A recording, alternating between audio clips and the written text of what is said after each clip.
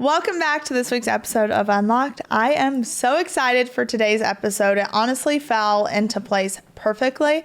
I have Samantha Busch on, and a lot of people would say, oh, this is Kyle Busch's wife, NASCAR driver. But to me, Samantha has paved her own way and has been such a voice for women. And following her on social media, just loving her encouragement, what she's fighting for.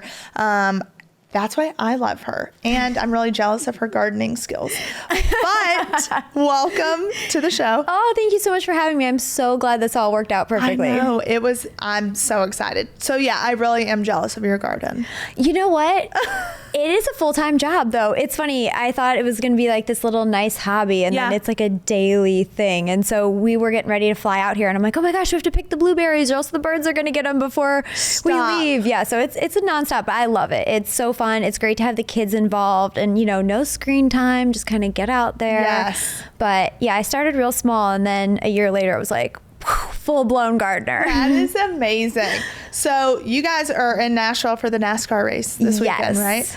And so when did you and Kyle got married, 2010? Yeah, it's been a long time. A long time. It's wild. I mean, we were talking about it the other day. We're like, we have been together for almost 2 decades. That really ages us. That's insane. And you have 2 kids? Yes, Brexton and Lennox. So Brexton's 10 and Lennox is 3, and they are our miracle IVF babies. Stop. I love it. That is amazing. Yes, you see all my jewelry is dedicated to the kids. Oh so it's all gorgeous and amazing. So it's funny. You and I met for the first time in DC. Yeah. It was so brief, but it was during the women's event. And you had already been there at the White House. And I remember you coming up, you're like, Savannah, hi. I just wanted to say hi. And then you were like, all right, I got to go to my son's race. Yes, it was so funny. We were there, and literally the president was getting ready to come on. And I was like, oh my gosh. So it was the first time my son raced against Kyle. So it was this huge race, and he had been texting me all day, and he was like, Mom, you can't miss this. You can't miss it. And they were like, the president's running behind. And I was like, oh, I gotta go, mom life. And so literally, I think we were getting into the Uber, and then everybody's like, yeah, the president's here. And I was like, of course. Isn't that hilarious too? Because you're like, oh no, I don't want to be rude. I don't want to be this. I know. I was afraid to leave that room in the middle of it. So I was like, well, I better go before he gets here, because that would look really bad. Without a doubt. Oh my gosh. So how did the race go? It was good. Kyle beat him by 2 spots. So he was a little upset, but I mean, it's great. They're going to race together again this weekend. And it's just wild. I mean, Kyle didn't even start racing till he was 13. And Brexton honestly started racing during COVID because the dirt tracks were open. Yep. It was outside. And, after a couple months, it was like, okay, dear gosh, we have to get out and do something. Yes. And so we threw him in racing when he was 5, and at first it was slow going, and then it was like a light switch, and one day he figured it out, and he just loves it. Wow. So people always say, they're like, you're gonna burn him out, because he did 150 races last year. Holy cow. As a child. But we always tell him, we're like, Brex, do you want to go to your friend's birthday party on Saturday or go to a race? We let him choose. We're like, even last month, we're like, do you want to come on vacation with us or go to a race? He's like, yeah, peace, I'm going to race. So really? Yeah. And how old is he again? He just turned 10. That is crazy. Yeah. Also, he's racing, but you can't legally drive. I know. Which is such a crazy thought. So he came home the other day because he just graduated, not graduated, but when you turn 10, you're allowed to run these other cars.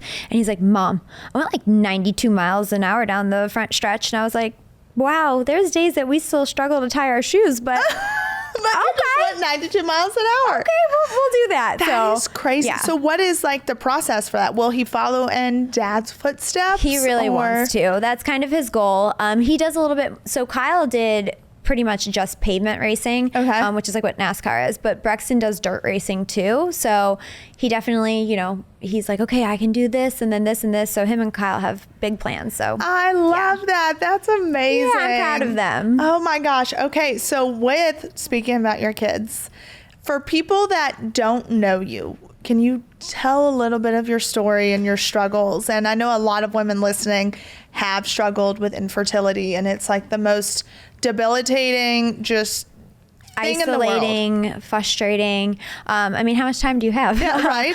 So our fertility journey spanned almost a year, or 10 years, I'm sorry. Wow.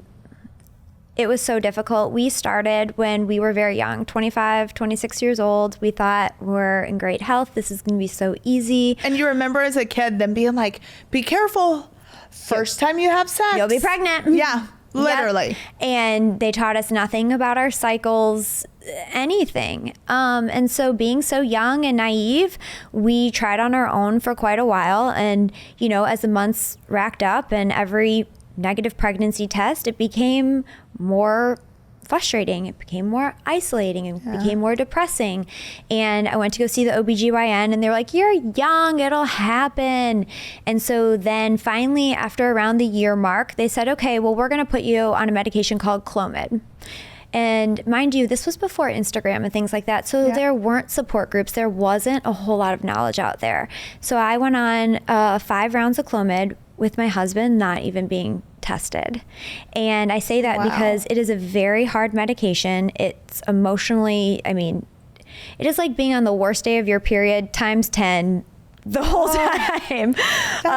Without even testing your husband. Yeah, and which is interesting because when it comes to infertility, 1/3 of the time it's female factor, 1/3 of the time male factor, and then 1/3 unexplained. So for men and women, it's the same. Yes. But you know, we've always looked at things like infertility as, oh, it's just on the woman.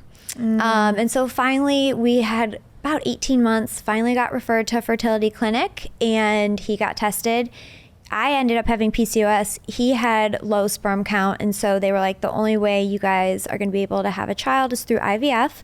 So we went right into IVF and we were very blessed. And the first time, we had success with our son, Braxton. Oh, that gives me chills. Yeah. And so, I mean, I wish the rest went like that. Unfortunately, then when Braxton was a toddler, we decided, okay, we're going to have our second one. At this time now, social media is a thing, Instagram, all the stuff. And so I said, you know what? It was so isolating and so scary going through IVF that I'm going to bring everybody along with us so that whether it's the medication or the doctor's appointments or the transfer, whatever it is, like here is a real look so that it's not as scary. So we bring everybody along on the second time and we're pregnant. We announced right away because everybody knows when we transferred. Yes. And then we had a very sudden miscarriage early on. And it was so hard. Like to this day, it hurts. Like there's always a piece of your heart that will be gone. And after the miscarriage, we had a lot of marital struggles because we had never dealt with something so heavy. And we didn't understand how each other were grieving and we didn't understand what each other needed in that time and place. And so it was a struggle. And so we worked on it. We worked really hard. We went to marriage counseling. And when you say that, what would you say what was your biggest, like, how did you see things falling apart in front of you? So for me, I couldn't get past it. As a woman, I think it is ingrained in you to be like, what did I do? And I know it wasn't my fault, but I needed something to blame. Yeah. I needed a reason. And so I was like, what did I do wrong to cause this? And I just had this immense guilt and I was so mad at myself for it. And Kyle, on the other hand, he was just like, you know, I'm not trying to sound cold, but it's done. There's nothing you can do to change this outcome. Like we have to keep moving forward. Yeah. And I wanted him to still be in the trenches with me and he was moving forward and I couldn't move forward. Yeah. And so that caused a lot of animosity for us. And it took us a while to just understand each other's perspectives and where we were coming from. So we worked on it and then we did another transfer, you know, when things were better. This was probably a good year later plus, and that was a failed cycle. And so the doctor sat me down and they're like, we don't really have that many embryos left of good quality. Yeah. Like, we're not sure the decline, like this doesn't really make any medical sense. Would you consider a gestational carrier? So that took a while to wrap my mind around and you know, it was in the midst of COVID and everything else. And so we went through so many people, and not for anybody's fault. Like we had one amazing woman and she didn't clear medical. And then we had another amazing woman and it just wasn't the right timing. And so each time it didn't work. It just felt like another fail. Yeah. So then we finally find, like, God sent us an angel. I'm actually having her on my podcast. Like, no way. She slid into my DMs, so we always laugh about it. Stop it. It was at a moment, and this is why I say God's timing is everything. It was at a moment where another woman had it didn't work. Her husband was relocating jobs, and so she couldn't be our carrier. And so I remember Kyle and I had gone down to watch a show, and I was like, that's it. This is never going to work. Like, we're never going to have another kid. And it was at that exact moment that she sent me a DM. Stop. But she had it written for months, which is just wild. And she was like, something told me I needed to send it right then and there. So everything happens for a reason. But unfortunately, with her, we had another failed cycle. So then I had to go start all over again with the egg retrieval. And then the doctor at this new clinic was like, why don't you try again? So I said, okay. Did the transfer, and at first they thought it was an ectopic pregnancy, and then they thought it was delayed implantation. And so then we go for this ultrasound and we see a heartbeat. And we're like, okay, finally our miracle, you know? And so we go back 2 weeks later, and I'll never forget, the tech was like, she's doing the wand. This doesn't make sense. I'm like, what doesn't make sense? And she's looking around. She brings the doctor in, and I'm like, what's happening? Yeah. And they were like, well, I think it's like a 1 or 2% chance that your embryo can split. And they're like, we have 2 sacs. We've got identical girls here. I'm getting like chills talking about it. Stop. And I was like, oh, are you like serious? Like identical twin girls? Like, I could not believe it. And they're like, this is why your numbers were so weird in the beginning, because they weren't rising, and then they were like tripling and nobody could really figure it out. And so we left that appointment, and, you know, on cloud 9, like, okay, how do we prepare for not 2 one, girls. but 2? Yeah. Identical girls. Like, I was so excited. And then we went back 2 weeks later, and both of them were gone. And that was a lot. Unfortunately, my body thought that I was still pregnant and wouldn't miscarry. So I was growing 2 empty sacs, and I let that go for a little bit until, unfortunately, I had to have a DNC 2 days before Mother's Day. I'm so sorry. I'm not gonna cry. Spent Mother's Day on the couch. Our son, you know, was young at the time, not figuring out why mom was on the couch and trying to hold back tears as he's like, you know, bringing his little hand painted picture frame. And it was just hard. And mentally, physically, things, again, were really hard. And so we went back to our gestational carrier, and I said, would you consider this? And Kyle and I were to the point where, like, if this doesn't work, this just might be it. It's been so many years now. And lo and behold, God blessed us, and we have our daughter Lennox. She was born May 10th, 2022 via our carrier, and she just turned 3 last month. Oh my gosh. So, what a journey. Yeah, that's just the cliff notes of it. It was a long time, but that's why we're so passionate about, you know, during that time we started the Bundle of Joy Fund, where we not only advocate for families going through IVF, but we actually personally grant them through the foundation. And so we've had 100 babies born through the fund. Oh my gosh, that gives me chills. Yes.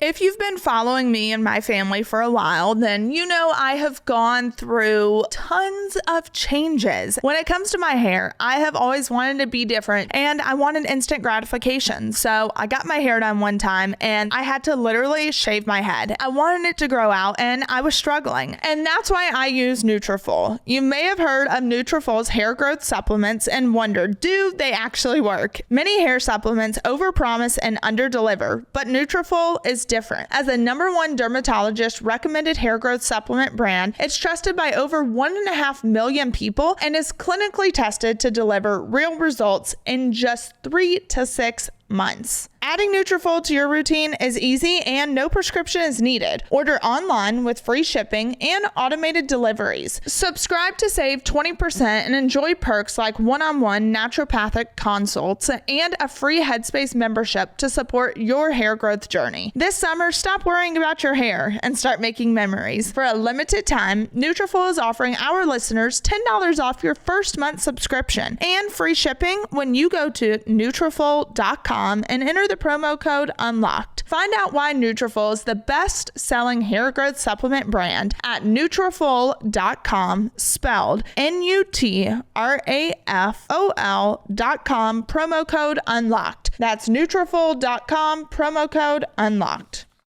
So what is the cost of one round of IVF? That's what a lot of people don't realize. One round of IVF can cost upwards of $20,000. And there's no guarantee.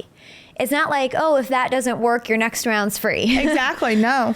And it's very difficult. And we've tried to advocate for the fact that our military doesn't have coverage. A lot of our police officers, first responders, public school teachers. Like, how is that possible? Like, I mean, I know that Apple covers it for their employees.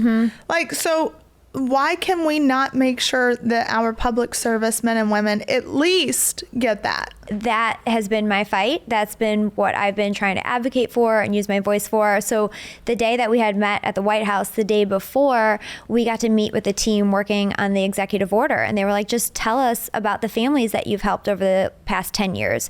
And so we did a deep dive and we're like, okay, we went through everybody we've ever funded.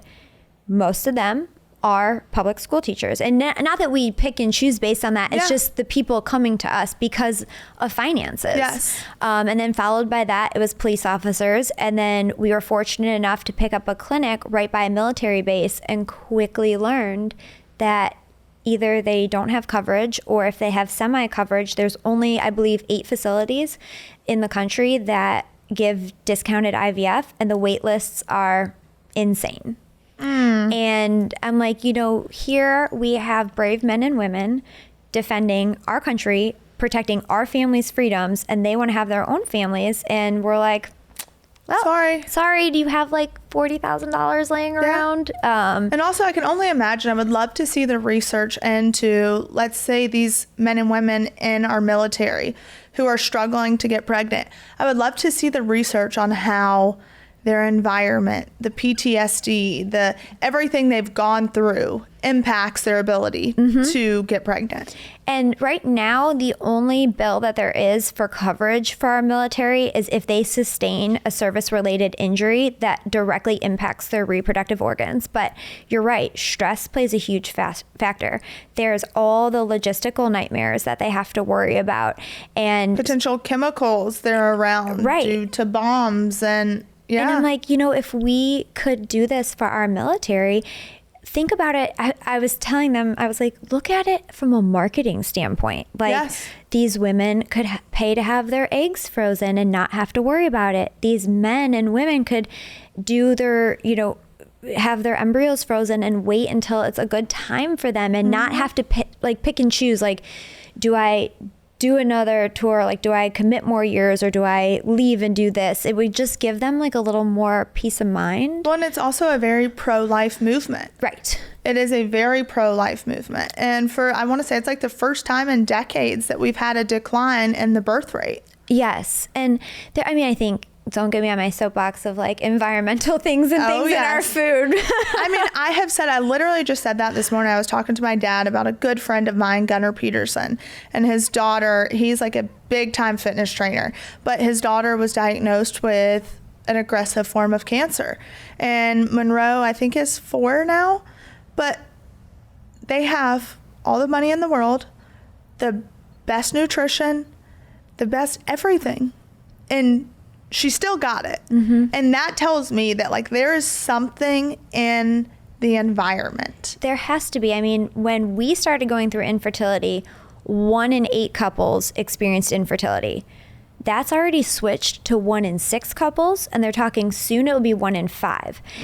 There is a reason that women are experiencing PCOS and endometriosis. I have endometriosis. Things at such a higher rate now. I always go back to the fact that, so I was born in 1986. I feel like we were the generation of microwaves, packaged food, diet pop. Like, you didn't know back then what you didn't know. And now look at all the health issues that we're having. So yeah, hence the reason I garden. I buy, my son and Kyle went hunting for bison. I have 350 pounds of bison meat in my freezer. That is amazing. Yes, like. Yeah, I mean, I will say, like, even for me with my endometriosis, like, I saw a fertility doctor, like, with my ex, and I just remember, like, he had his own stuff, I had my own stuff, and just like the cost to even freeze your eggs is, I think it's around $10,000. Yeah, 10 to 15 because of, like, all the drugs you have to buy, and, like, none of this is covered by insurance carriers. And I'm sorry, but these insurance carriers, like, that's what a lot of people don't understand. Is I have a friend who works on the Hill that's like, Savannah, as a pharmaceutical company, we may sell these insurance carriers a drug for, let's say it's $100, but then the insurance carrier gets a $90 rebate back. So they're really only paying $10. And then the insurance company is raking you over the coal. So it's really it's a lot of times it's less of the government and more of the insurance carrier. It is just beyond to me how much we charge people for those basic things, like women, and I feel like anything that has to deal with, like, women's reproductive organs, all that, people are like, I don't want to touch that. But I'm like, women should not have to go undiagnosed with endometriosis and PCOS and thrown on birth control or thrown on whatever they are at a young age. Like, we need to look at the root cause. Like, why do so many girls have PCOS? Why are so many people going through this? And then when they do need that care, our insurance should cover that. Exactly. 100%. I will say, and I talked about this before, so unfortunately when we had to have a DNC, there was already so much stress going into that day, and I was so upset. And I remember going there and they handed me the bill, and it was like $5,000 for a 15-minute procedure, right? A procedure I did not want to have. Exactly. And I just remember being like, no, we have insurance. And they were like, no, this is with insurance. And I'm like, I felt very blessed that we were able to afford it. But $5,000. That's so difficult for people to come up with. Yes. And I'm like, the hell is my insurance paying for then? Exactly. I will say, like, one of the doctors that I used to see is in Beverly Hills. And she is absolutely amazing, works with so many different people, but she doesn't take insurance. And the reason she doesn't take insurance is because she refuses to follow the insurance protocol, which is women with endometriosis. The pain is so bad, but guess what? Insurance, their first course of action is, well, you have to prescribe pain medicine. That's why the opioid crisis amongst women with endometriosis is so high, because insurance carriers mandate you prescribe prescription meds. And she's like, I refuse to do that. She's like, I want to get to the root cause. But one surgery was $40,000. That is insane. Yeah. It is insane. And it's insane to me that instead of looking, like you said, at the root cause or providing relief to these women in a real and sustainable way, like, we're just going to throw drugs at them. Like, here, just Band-Aid it. Just keep taking this. Exactly. That's what they did with us with birth control for PCOS. Like, here you go. This is going to fix it. And I'm like, because I was on it at 15. I had the worst periods and didn't look back until we started, trying to conceive. And then from there, didn't realize what a decade of hormones, like synthetic hormones, does to your body. And it's hard. And it's like, I'm so proud. I think there's a lot wrong with social media, right? Like, there's a lot of negative. Dear God. But I think the positive of it is, like, women have this voice now, and we're able to start educating these younger generations of, hey, ask these questions, try this first, look for the root cause. Yes, don't be afraid to ask the questions. To be an advocate for yourself. Yes. And I think, that's something that I've learned for myself, I'm coming up on 40 next year, and I'm like, if I could have told my younger self at 25 when we started going through infertility, these things, like, would my journey have been different, you know? So I think about that. But so what would you say what would you give one piece of advice to women who are struggling with that infertility process, that whether they've miscarried multiple times or that it's just not happening for them and it seems like it's happening to everyone else around them? That it does. First and foremost, I talk to a lot of women and they're afraid to go get tests done. They are almost nervous to know if it's going to be them, and then they're afraid to bring that conversation up, more so like maybe out of embarrassment to their husband. And I think that that's an honest conversation that you have to have. And no, it's not. It's like, any guy really want to go get a sperm sample at a clinic? Probably not, but that information is so vital. And I talk to so many women out there who are like, okay, well, I've been tested, but like, it's got to be me. And I'm like, that's what I thought too.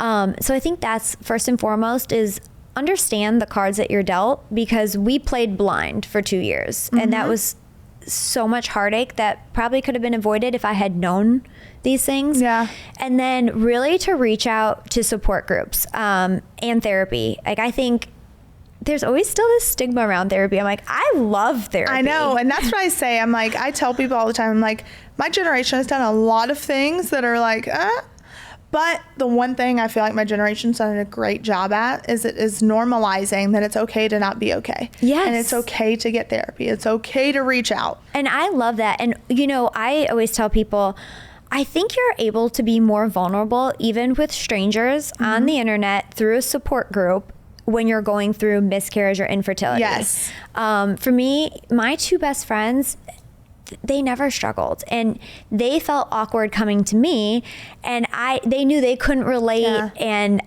so it was just, they're still my best friends, and they were a great support in other ways. But the connection that you form when you go through something as brutal as a miscarriage, when you're able to talk with other women who have experienced that, you get these like real raw answers and real support that you need in that time.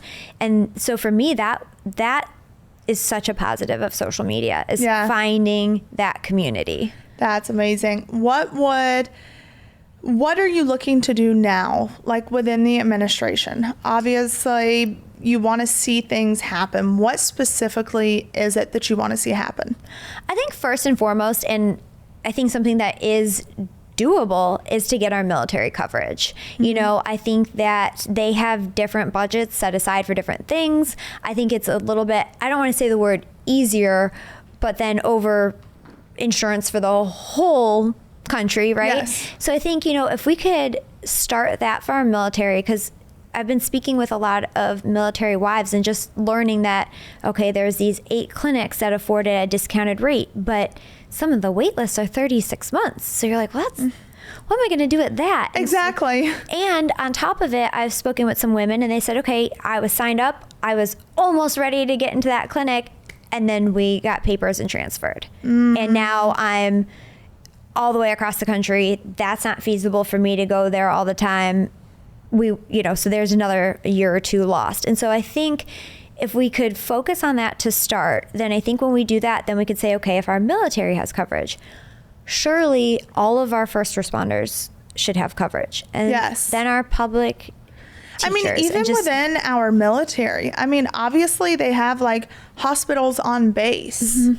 So why not designate a fertility specialist? That will keep taxpayer costs lower to have your own designated facilities. Like, you know, if you want to, there's so many different ways to tackle it. That's what I think. I think there's a lot of different ways. It's just going to take somebody to really put a plan in place. And I think there's a lot of voices now. So we've been working with a lot of other nonprofits and starting to learn about the military space because we were not aware. So we had been in this realm for almost 10 years. We had been helping people all over North and South Carolina, and until we picked up a clinic near a base, had no idea. Wow. And it was just so upsetting, you know? Or like we had a gentleman, he was in the Coast Guard for 10 years, and he was like, I had to leave because I have to get a job that pays more so that I can afford this. And so I'm like, even from a retention aspect, like. Exactly. What would you say is the most touching story you have had? Oh gosh, that's a really good question that nobody's ever asked me. One story that sticks with me, and people might think that this is an odd well, no, I have two. Okay, let's hear 'em. One was a gentleman, and he was a police officer, and in his essay, it broke me. He had opened up to some of his buddies about having male infertility. His wife did not have issues, but he did. And he looked at these friends for support, and they turned around and they're like, do you need us to knock up your wife for you? Like, just this brutal, and it broke him, and it hurt me so much reading his application that support and that love and that care that he needed at that time, like I felt his pain in that application that he submitted to us. And I'm not going to lie, that was probably 8 years ago. And it just stuck with me so much. And so that one was really hard. And now, they have multiple children. They're happy. Everything's great. That's amazing. I do think as infertility and IVF and all the things gain a voice, there's still this stigma for men that a lot of people don't talk about. And so that one really, really, really stuck with us. And so how, for people listening, if this is a struggle for them, if they want to submit an application, how do they do that? What's your process? So right now, to submit an application to the Bundle of Joy Fund, you have to be a patient at one of our approved clinics. And so right now, it's on our website, bundlejoyfund.org. We have 3 big clinics, and then underneath them, through the umbrella, we have about 11 clinics through North and South Carolina, and we're almost to Tennessee. We have one like right on the border. Okay. And so if they are patients there, they can apply. Either their nurses or the financial department will, give them the application. So first and foremost, if it's from a financial place, there's that. Secondly, I wrote a book called Fighting Infertility a number of years ago. I give a very raw and real account into what infertility looks like. Yeah. Not just the doctor's appointments, but how it affects your friendships and your marriage and everything. Yeah. How it affects you, even if you have a child, and how you're still trying to show up and be a great mom, but you're hurting so much on the inside and having to balance that. And so different things like that. And then, honestly, whether it's a fertility therapist or a support group, I could not speak more highly of getting that support, because you need to vent to somebody, and you need that. You do. That's the only way you get through it. Through any hard thing in life, like surrounding yourself with the right people at the right time. Okay. Well, you also, before we wrap up, you have an exciting project launching, and by the time this comes out, it will have already launched. Yes. I've tossed around the idea of doing a podcast for probably the last 3 years. As I'm upcoming on 40 next year, I'm like, you know what? I'm going to do it. So I will be launching my podcast, Certified Overshare. I love that name. That's amazing. It's because I've hit that age in my life where I just tell even random strangers way too much information. And I'm like, but you know what? It's good information. Yes. It is information that other women need to hear. And it's very raw and very truthful. And it's not just about infertility. We talk about everything from friendships. I don't know if you've realized this, but as you get older, making friends is harder. Yes, it is. And your friendships start to fall off. Yes. Quality over quantity. Yes, quality over quantity, for sure. So there's a whole lot of topics we'll cover on there. It's some of it's deep, some of it's fun, and I'm excited. So it's going to be the next chapter. I love that. Good for you. I will be listening and watching, and we'll put a link to the podcast when this airs. And if you are you going to do it on YouTube as well? Yes. Video? Yeah. All right. So we'll make sure to tag everything so people can go and listen. And I'm so excited for you. Thank you. Thanks for having me on. Congratulations on everything.